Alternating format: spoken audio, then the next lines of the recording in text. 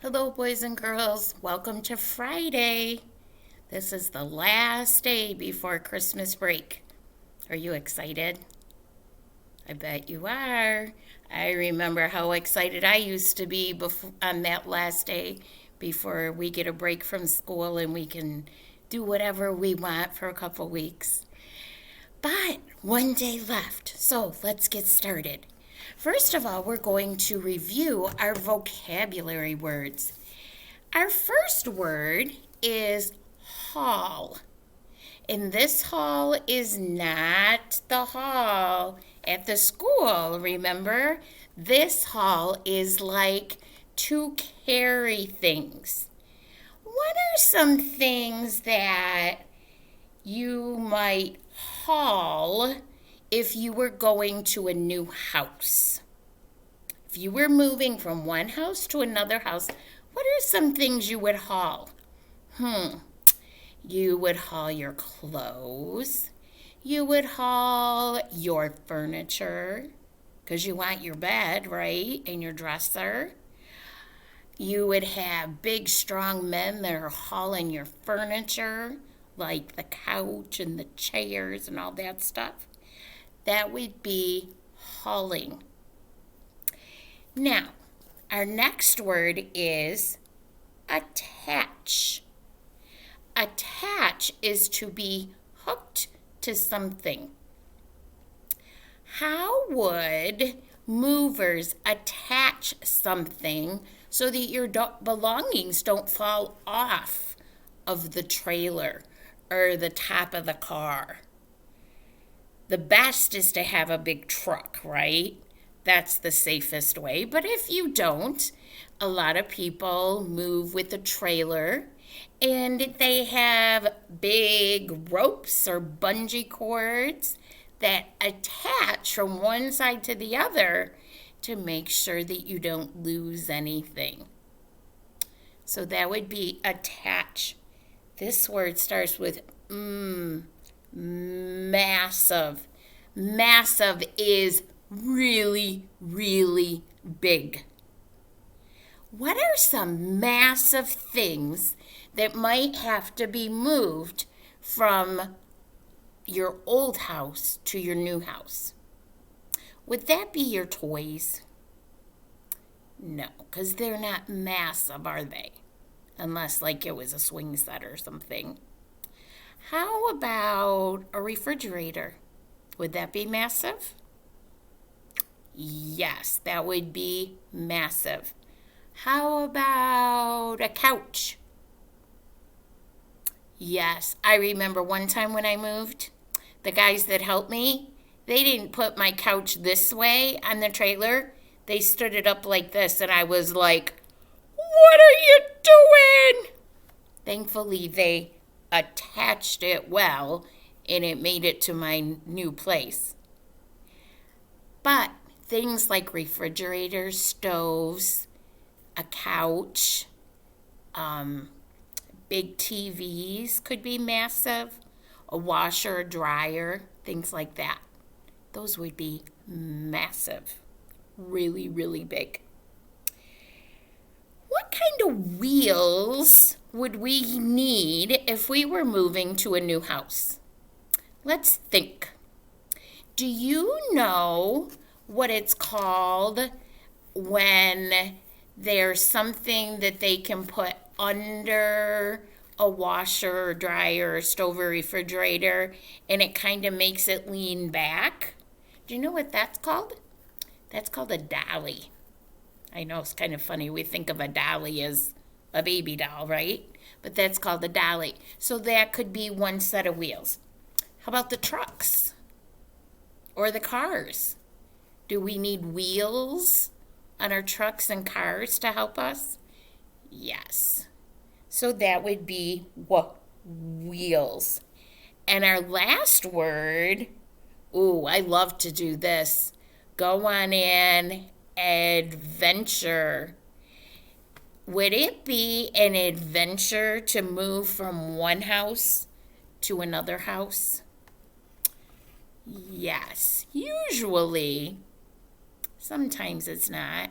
but usually it is. I only moved one time when I was growing up, and that was quite an adventure because I had never gone to a new school. I had never lived in a different house, and that was quite an adventure. So, I hope you can remember these words and maybe listen for them in stories or use them when you're talking to your families. Before we take a break, we're going to look at this chart that I made, and this is comparing our two stories that we read. I'm trying to get it all lined up good for you. There we go. I think that's pretty good. I'll get my chair out of the way, and I think we can come in a little closer.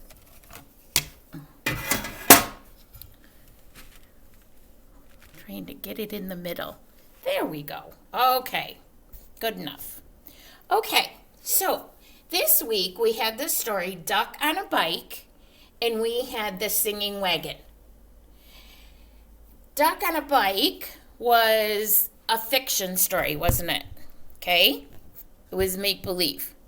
How about the Singing Wagon? Was that make-believe as well? Yes. Okay. All stories have characters and a plot. Characters is who or what is in the story, and the plot is what happened in the story. So those are the things that we're going to talk about when we compare them. So Duck on a Bike, let's look at that first. Duck and the other farm animals, those were the characters in this story. Okay, Duck was your main character. The other animals were along with them. Now, to talk about the plot, we're going to have the beginning. I put a B, a middle, and an N. So B, M, E means beginning, middle, and end. So in the beginning of the story, Duck was riding the bike. In the middle of the story, did any of the other animals want to ride the bike? No, they thought he was crazy. Like, what in the world are you doing? A couple of them thought it would be fun, but most of them were like, yeah, nah. But what happened at the end of the story? Finally, the other animals ride the bikes too. Did they like it? Yes. So, the character is Duck and the animals. The beginning is the duck rides the bike. The middle is none of the other animals are riding the bike. And the end, finally, they wanted to ride the bike. Okay, let's look at the Singing Wagon. Do you remember Black Beetle Old Man and Black Beetle Old Woman? Do you remember that? Yeah. That also is not a true story, is it? No, that's a folk tale that's passed down from generation to generation. At the beginning, Black Beetle Old Man pulls the wagon down the hill. Did he have trouble pulling it down the hill? No. Did it by himself? Everything was fine. However, what happened when he tried to push it up the hill? Could he do it? Could he pull it? No, he couldn't. So what did he do? He went and he got some help. And in the middle, the others try to push the wagon, but instead, they sing and dance when the wheels squeak. So that's the middle of the story. What happens at the end of the story? Do you remember? Black Beetle Old Man pulls the wagon by himself because all his friends kept goofing around, and then Skunk, he made a stinky smell, and then they all ran away, didn't they? So he ended up doing it all by himself, but then he and his wife sang the wagon song.